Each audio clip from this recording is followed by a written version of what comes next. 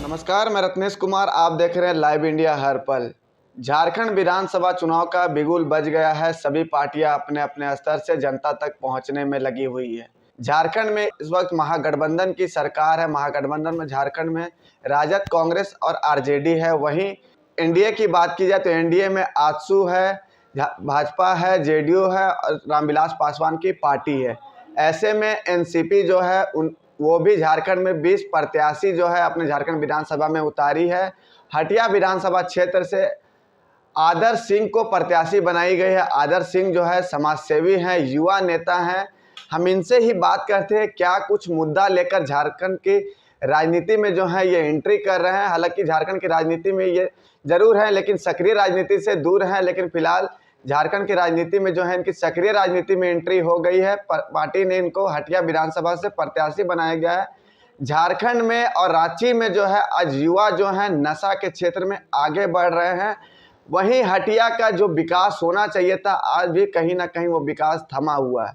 मेरे साथ आदर्श सिंह जी हैं। आदर्श सिंह जी, पहले तो आपका लाइव इंडिया में स्वागत। बहुत बहुत धन्यवाद। पार्टी ने आपको उम्मीदवार बनाया, बताइए। सबसे पहले तो रत्नेश बाबू आपका बहुत बहुत धन्यवाद और लाइव इंडिया का बहुत बहुत धन्यवाद। और हटिया विधानसभा से आपको पार्टी ने प्रत्याशी बना है, क्या कुछ मुद्दा लेकर हटिया में जाएंगे? क्योंकि हटिया में जो विकास होना चाहिए था आज भी वो विकास जो है जमीनी स्तर तक नहीं पहुंचा है। विकास तो हुआ है लेकिन बड़े लोगों तक हुआ है।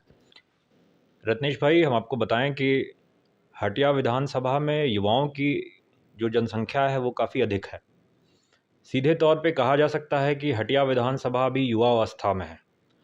लेकिन पिछले विगत कई वर्षों से हटिया विधानसभा में जिस तरीके से युवाओं की उपेक्षा की जा रही है, युवाओं को छलने का प्रयास किया जा रहा है, कोई भी राजनीतिक दल हो, भारतीय जनता पार्टी हो या कोई भी दूसरी राजनीतिक दल हो जो वहाँ पे काम करती हैं, क्षेत्र में सक्रिय राजनीति में जिनकी भूमिका है, सब लोगों ने युवाओं को सिर्फ और सिर्फ झंडा ढोने का काम दिया है, युवाओं को सिर्फ और सिर्फ छलने का प्रयास किया है। विकास के नाम पे सिर्फ और सिर्फ हटिया एकदम धीमी धीमी रफ्तार से आगे बढ़ रहा है। तो विगत कई वर्षों से हम लोग एकदम देख रहे हैं कि हटिया में विकास के नाम पे कुछ नहीं, सिर्फ और सिर्फ कागज़ में ही काम पूरा किया जा रहा है। तो अगर भविष्य में पार्टी ने जो मुझे मौका दिया है, सबसे पहले तो मैं अपने राष्ट्रीय अध्यक्ष अजीत दादा पवार साहब और प्रफुल्ल पटेल साहब का हार्दिक आभार व्यक्त करता हूं कि उन्होंने मुझे यहाँ टिकट प्रदान किया। और आप लोगों को मैं यह बताना चाहता हूं कि हटिया विधानसभा को आज एक युवा नेतृत्व की आवश्यकता है, वहाँ के युवाओं को एक आवाज़ की आवश्यकता है। तो भविष्य में मैं अपना पूरा प्रयास करूँगा, मेरी पूरी प्रयास रहेगी कि युवाओं की आवाज़ बन के मैं हटिया के विकास में अपना छोटा सा योगदान दे सकूँ। झारखंड सरकार मैया सम्मान योजना चला रही है। वहीं बीजेपी भी कही है कि अगर हम सत्ता में आते हैं तो गोगो दीदी योजना चलाएंगे। तो ऐसे में आप अपने आप को कहाँ पे देखते हैं? रत्नेश भाई, यह जो चुनाव है ये मैं नहीं लड़ रहा हूँ, ये हटिया विधानसभा की जनता लड़ रही है। ये जितनी भी योजनाएं हैं वो चाहे भारतीय जनता पार्टी हो या वर्तमान की यहाँ की जो सरकार है झामुमो है, तो ये जितनी भी योजनाएं ला रही हैं ये चुनाव से पहले ही सारी योजनाएं क्यों आती है?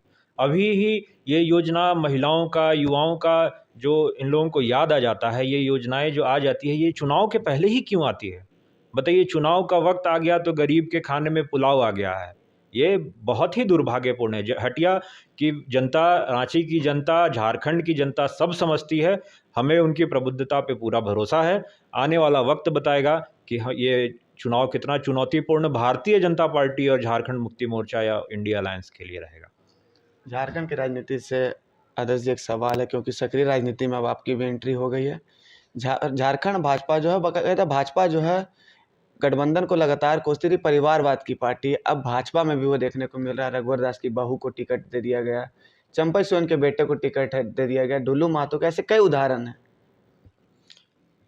सीधी तौर पे आपका एकदम कहना सही है कि जिस तरीके से परिवारवाद को बढ़ावा भारतीय जनता पार्टी भी दे रही है, तो विगत कुछ दिनों में आप भारतीय जनता पार्टी के अंदर के कार्यकर्ताओं में काफ़ी रोष है। आप देख रहे होंगे कि भारतीय जनता पार्टी के जो ज़मीनी कार्यकर्ता थे, मूलभूत उनके जो ज़मीन पे बूथ कैडर्स थे, वो लोग बगावत कर रहे हैं। वो लोग विभिन्न विभिन्न राजनीतिक दल में स्वागत कर रहे हैं, दूसरे दूसरे राजनीतिक दल में शामिल हो जा रहे हैं। अभी कुछ दिन पहले, मतलब कल के अखबार के माध्यम से ही, आप लोगों के माध्यम से हमको पता चला है कि 2 भारतीय जनता पार्टी के ऐसे सिपाही जो जनसंघ के उनके साथ है, वो उन्होंने बगावत की है। उन्होंने पार्टी को छोड़ने का फैसला किया है, कुछ लोगों ने निर्दलीय चुनाव लड़ने का फैसला किया है। तो यह बिल्कुल ही चुनौतीपूर्ण किसी और के लिए नहीं, भारतीय जनता पार्टी के लिए ही है कि भारतीय जनता पार्टी अपने कार्यकर्ताओं को, अपने उन कैडर्स को जो अपने खून पसीने से भारतीय जनता पार्टी को सींचने का काम करते हैं, उनको नेग्लेक्ट कर रही हैं। तो ये काफ़ी दुर्भाग्यपूर्ण है और ये हमारे लिए काफ़ी अच्छी बात है कि भारतीय जनता पार्टी परिवारवाद को बढ़ावा दे रही है और हमारा जो राष्ट्रवादी कांग्रेस पार्टी है, ये हम लोग सभी जाति, धर्म, संप्रदाय और बिल्कुल ही परिवारवाद से दूर युवाओं की आवाज़, महिलाओं की आवाज़, किसान भाइयों की आवाज़, जितनी भी बेसिक मूलभूत समस्याएं हैं उनको उस आवाज़ को बुलंद करने की कोशिश करेंगे। मैं हटिया विधानसभा समेत पूरे झारखंड की जनता से आह्वान करता हूं कि इस चुनाव में, आगामी विधानसभा चुनाव में सही लोगों को वोट करें, उन लोगों को वोट करें जो झारखंड की हित की बात करते हैं, झारखंडियत की बात करते हैं, कार्यकर्ताओं की बात करते हैं, जनता की बात करते हैं। आप एक युवा हैं, हटिया विधानसभा क्षेत्र से प्रतिनिधि अगर आपको आशीर्वाद देती है, तो आजकल के युवा जो हैं नशा में चले गए हैं चरस, ब्राउन, हफीम को लेकर, इसको रोकने का कैसे आप प्रयास करेंगे? हमारा पार्टी का जो घोषणा पत्र जारी हुआ है, जिसमें 3 बेसिक चीज़ों का जिक्र किया गया है, शिक्षा, स्वास्थ्य और रोजगार। मुझे लगता है कि यही 3 समस्या तो है जिसकी वजह से लोग, हमारे जो युवा भाई हैं वो नशा और गलत रास्ते पे भटक के जा रहे हैं। अगर शिक्षा की गुणवत्ता में सुधार कर दिया जाता है, सरकारी योजनाओं का सही लाभ पहुंचा दिया जाता है, जो सरकारी अस्पताल हैं उनमें अगर गुणवत्तापूर्ण इलाज की सुविधा मुहैया करा दी जाती है, आज जो हमारा देश युवा बेरोजगारी के नाम पे दंश झेल रहा है उसको दूर कर दिया जाता है, तो जब युवाओं के विकास में काम हो जाएगा तो आपको नहीं लगता है कि युवा इस जो गंदी जो इस नशा के दलदल में फंसते चले जा रहे हैं, ये वापस आ जाएंगे? तो हमारा पूरा प्रयास रहेगा कि इस बेसिक बुनियादी समस्याओं पे, इस नशा मुक्ति अभियान में हम लोग अपने पुरजोर समर्थन के साथ युवाओं को उस दलदल से निकालने का प्रयास करें, जिसमें से आप लोगों का भी उपस्थिति और आप लोगों का भी सहयोग हमसे प्रार्थनीय रहेगा। ये आखिरी सवाल आपसे ले लेते हैं, अगर आशीर्वाद आपको मिलता है तो पहला कौन सा ऐसा काम रहेगा जो हटिया की जनता के लिए आप करेंगे? मैं आपको बताऊं कि हटिया ग्रामीण परिवेश है, हटिया में 495 बूथ है और आपको बताएं कि वहाँ आज भी वहाँ जो ग्रामीण हैं मूलभूत समस्याओं से जूझ रहे हैं। आज भी हटिया आप एक बार घूमने निकल जाएं तो आज भी वो बुनियादी जो समस्याएं हैं, वहाँ सड़क की कमी, सरकारी अस्पतालों में बेहतर सुविधा, बेहतर इलाज के उपकरण उपलब्ध नहीं है, आज भी सरकारी स्कूलों में शिक्षकों का अभाव है, स्कूल की दीवारें गिर रही है, छप्पड़ जो है एकदम ख़राब स्थिति में है। तो इस मूलभूत समस्याओं पे सबसे पहले हमारी पार्टी आवाज़ उठाने का काम करेगी और हटिया की जनता पे हमें पूरा भरोसा है। आने वाला वक्त बताएगा कि हटिया किसका होगा और मैं आपको बताऊं कि जनता का जो भी मैंडेट होगा, जनता जो भी आशीर्वाद देगी, वो सब में सर्वमान्य है। लेकिन आने वाले दिनों में जो भी फैसला हो, मैं हटिया की विधानसभा की जनता के साथ हर वक्त 24/7 अवेलेबल हूँ। आप कभी भी मुझसे संपर्क कर सकते हैं। आपका मैं छोटा भाई हूँ, आप लोगों से सहयोग की अपेक्षा है।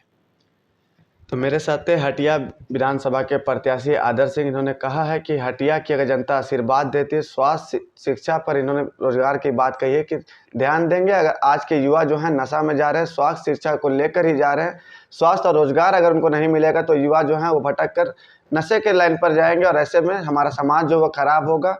वहीं हटिया की जनता पर इनको पूरा विश्वास है कि हटिया की जनता जो है इनको आशीर्वाद देकर झारखंड विधानसभा में भेजेगी। अपने सहयोगी ऋतिक के साथ मैं रत्नेश कुमार सिन्हा, लाइव इंडिया, हर्पल, रांची।